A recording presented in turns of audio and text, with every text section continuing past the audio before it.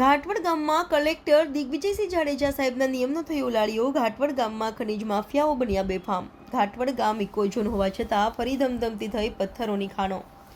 ખનીજ માફિયાઓને ઉપર સુધી પહોંચના લીધે બેફામ ચલાવે છે પથ્થરોની ખાણો. સરકાર એક બાજુ ઘાટવડ ગામને ઇકોઝોન જાહેર કરે છે અને બીજી બાજુ પથ્થરોની ખાણો શરૂ કરવા પ્રોત્સાહન આપે છે. પર્યાવરણને નુકસાનીના ઘાટવડ ગામમાં એંધાણ શરૂ. પ્રતિનિધિ હર્ષદ વાઢેર, દીવ મિરર ન્યૂઝ, ઘાટવડ.